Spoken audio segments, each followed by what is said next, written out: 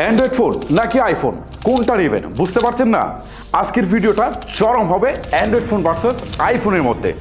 Hello everyone, যদি আপনি কনফিউশনে থাকেন যে অ্যান্ড্রয়েড ফোন নেবেন নাকি আইফোন নেবেন, তাহলে আজকের এই ভিডিওটা দেখেন, আপনারা নিজেরাই ডিসাইড করতে পারবেন যে আপনার জন্য আসলে কোনটা পারফেক্ট।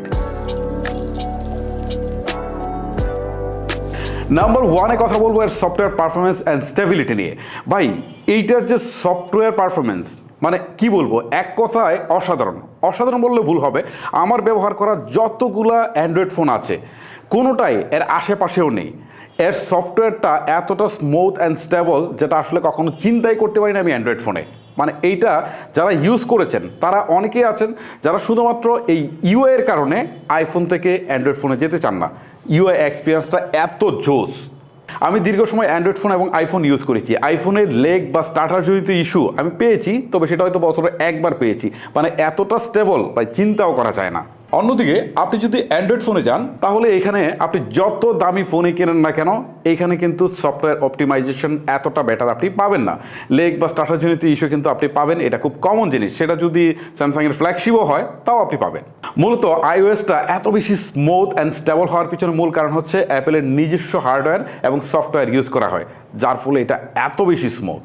অ্যাপের জন্য র্যাডার লুক ডিকাপল করে জ্যাংটা কমায় এবং কোর অ্যানিমেশনের মাধ্যমে হার্ডওয়্যার অ্যাক্সিলারেশন ব্যবহার করে।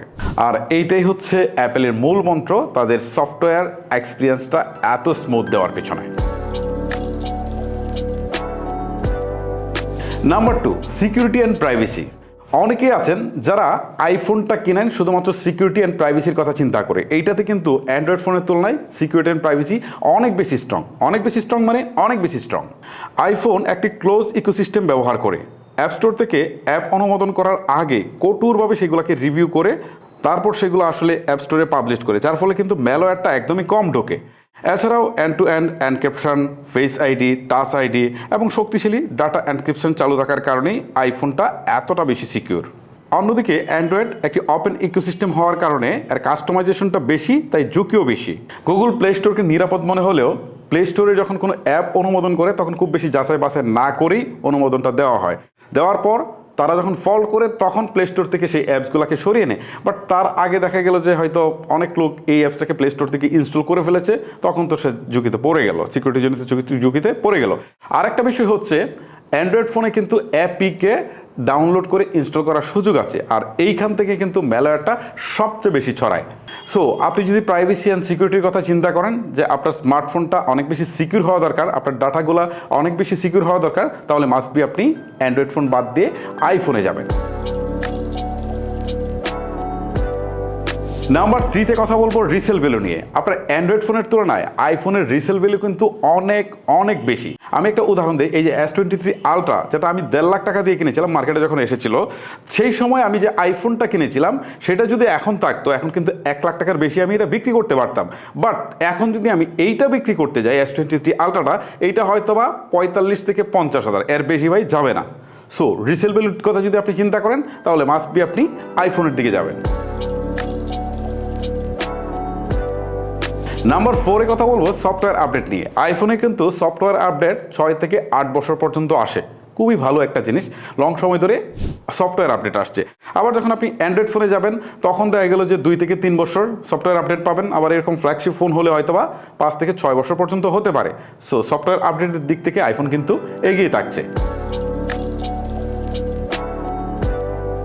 নাম্বার 5-এ কথা বলবো ইকোসিস্টেম নিয়ে। অ্যাপেলের যে ইকোসিস্টেম, এইটার কারণেই অনেকেই অ্যাপেলকে চুজ করে থাকেন। কেমন আমি একটু বলি, ধরেন আমার হাতে একটা আইফোন 17 প্রো ম্যাক্স আছে, আবার এখানে একটা ম্যাকবুক আছে, ধরেন আমার কাছে একটা অ্যাপেল ওয়াচ আছে, আমার কাছে একটা আইপ্যাড আছে। ওকে, সো এখন আমার ধরেন এখানে একটা কল আসছে ফোনে, আমি এটা জাস্ট আমার ওয়াচে আমি রিসিভ করতে পারছি। আবার দেখা গেল যে আমি কম্পিউটারে একটা কাজ করতেছিলাম, আমার ক্লান্ত লাগতেছে, আমি এখন শুয়ে শুয়ে কাজটা করব। সেই ক্ষেত্রে আমি কি করলাম, আমি জাস্ট আমার ফোনে নিয়ে গেলাম অথবা আমার ট্যাবে নিয়ে গেলাম, খুব ইজি। এই যে অ্যাপেলের যে ইকোসিস্টেমটা, এটার কারণে অনেকে পছন্দ করে। বাট অ্যান্ড্রয়েডের কিন্তু ভাই এরকম কোনো ইকোসিস্টেম নেই, কারণ এক একটা ব্র্যান্ড এক একটা স্মার্টফোন তৈরি করছে, যার কারণে এই জিনিসটা কিন্তু আপনারা পাবেন না। অনেকে আছে এই ইকোসিস্টেমের প্রেমে পড়ে মূলত এইটাকে চুজ করে থাকেন। নাম্বার 6-এ কথা বলবো ক্যামেরা নিয়ে। আর এখনকার সময়ে কিন্তু স্মার্টফোনে ক্যামেরা সবচেয়ে বেশি ইম্পর্ট্যান্ট একটা বিষয় হয়ে দাঁড়িয়েছে। আপনি ভিডিও করেন আর না করেন, ছবি তো মাস্ট বি তোলেন। আইফোনের ক্যামেরা সেরা এই প্রবাদটা কিন্তু স্টিল নাও প্রচলিত আছে, বাট এটার রেকর্ডটা এখন মনে হয় একটু ভেঙে দিয়েছে। কেন আমি বলি, আইফোনের যে ছবি তোলার যে ক্যামেরা, সেটা কিন্তু এখন অনেক ফোন আছে, অ্যান্ড্রয়েডের অনেক ফোন আছে যারা এইটার চেয়ে বেটার ইমেজ ক্যাপচার করতে পারছে, বাট এখনও ভিডিওগ্রাফিতে আইফোন কিন্তু সেরা। আর আরেকটা বিষয় আপনাদেরকে বলি, সেটা হচ্ছে যে স্টিল ইমেজের ক্ষেত্রে অ্যান্ড্রয়েড অনেক ফোন এগিয়ে গেলেও এখনও যে এটার ছবি তুলে যেগুলো হচ্ছে এটার চেয়ে ভালো ছবি তুলছে, সেটা 19-20। সো আপনি যদি চিন্তা করেন যে স্টিল ইমেজ অথবা ভিডিওগ্রাফি, এখন পর্যন্ত এইটাকে আপনি চুজ করতে পারেন। বিশেষ করে যারা হচ্ছে রিলস তৈরি করেন বা যারা হচ্ছে মোবাইল দিয়ে কন্টেন্ট তৈরি করেন, তাদের জন্য কিন্তু আইফোনটা বেস্ট হবে। এক্ষেত্রে আপনি অবশ্যই অ্যান্ড্রয়েড ফোন ছেড়ে আইফোনে যাবেন। নাম্বার 7-এ কথা বলবো গেমিং নিয়ে। এখন আইফোনের যে চিপসেট আছে সেটা কিন্তু বেশ পাওয়ারফুল। এটা দিয়েও কিন্তু আপনি হেভি গেমগুলো প্লে করতে পারবেন এবং স্মুথলি প্লে করতে পারবেন। কিন্তু আইফোনটা আসলে গেমিংয়ের জন্য না সেভাবে ডিজাইন করে তৈরি করা হয় নাই। সো এইখানে কিন্তু অ্যান্ড্রয়েড এগিয়ে থাকছে।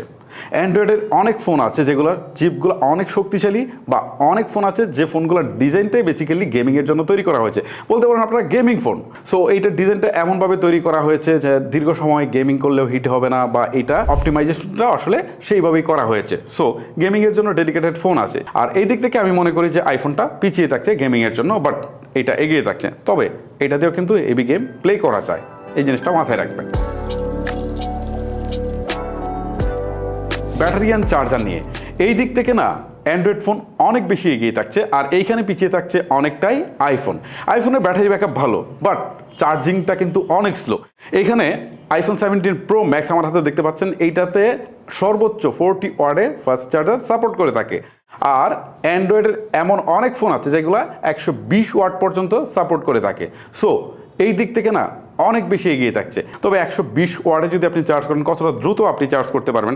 আবার এইগুলোতে ব্যাটারির ক্যাপাসিটিও কিন্তু অনেক কম থাকে, মানে আইফোনে। আর অ্যান্ড্রয়েড ফোনে এখন কিন্তু ব্যাটারি ক্যাপাসিটি 10,000 বা তার বেশিও কিন্তু চলে যাচ্ছে। সো সব মিলিয়ে আপনি যদি ব্যাটারি ব্যাকআপ এবং চার্জিংয়ের কথা চিন্তা করেন, তাহলে আপনি must be Android phone choose করবেন। আমরা ফাইনালি কথা বলি এর প্রাইজিং নিয়ে। আইফোনের দামটা বরাবরই কিন্তু বেশি, যে কারণে অনেক ক্রেতার নাগালের বাইরে থাকে আইফোন। আইফোনের সর্বনিম্ন যে দামটা আমরা দেখতে পেয়েছি সেটা হচ্ছে $799, যেটাকে যদি আমরা 120 টাকা ধরে কনভার্ট করি তাও প্রায় 72,000 টাকার মতো চলে আসে, মানে সর্বনিম্ন 72,000 টাকা দিয়ে কিনতে পারবেন। আর এইখানে কিন্তু অ্যান্ড্রয়েড ফোনের একটা সুবিধা হচ্ছে, আপনি অ্যান্ড্রয়েড ফোন 5,000 টাকা থেকে শুরু করে 7,000 বা 10,000 টাকার মধ্যেও আপনি কিনতে পারেন। আর যেগুলো হচ্ছে একদম ফ্ল্যাগশিপ বা হাই এন্ড ভেরিয়েন্টের ফোন, সেইগুলোর যে প্রাইস আছে, আইফোনের যে প্রাইস আছে, সেখানেও কিন্তু দামের পার্থক্য অনেক আপনি দেখতে পারবেন। সো আপনি যদি চিন্তা করেন যে আপনি দামের দিক থেকে জিতবেন, তাহলে মাস্ট বি আপনাকে অ্যান্ড্রয়েড চুজ করতে হবে, অন্যথায় আপনাকে আইফোন চুজ করতে হবে। তবে এখানে একটা কথা আছে বস, সেটা হচ্ছে আইফোনের কিন্তু ব্র্যান্ড ভ্যালুটা অনেক বেশি। সো আপনি যদি ব্র্যান্ড ভ্যালুর কথা চিন্তা করেন, তাহলে একটু বেশি দাম দিয়ে আপনি আইফোন নিতে পারেন। সো গাইজ, এতক্ষণ যে প্যাচাল পারলাম সেটা দেখে হয়তো আপনারা নিজেরাই বুঝতে পারছেন যে আসলে কোন ফোনটা আপনার জন্য পারফেক্ট হবে। এখানে প্রাইসের ব্যাপার আছে, সিকিউরিটির ব্যাপার আছে, সেখানে সফটওয়্যার অপটিমাইজেশনের ব্যাপার আছে, অনেকগুলো ব্যাপার আছে। সো সেইগুলো থেকে আপনার যে বিষয়টার প্রতি প্রায়োরিটি রয়েছে সেইগুলো আসলে কভার করছে কিনা।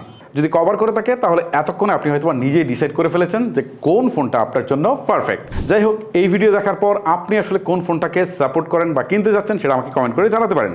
আজকের মতো আমি হিমেল বিদায় নিচ্ছি, দেখা হচ্ছে নতুন কোনো ভিডিওতে। আল্লাহ হাফেজ।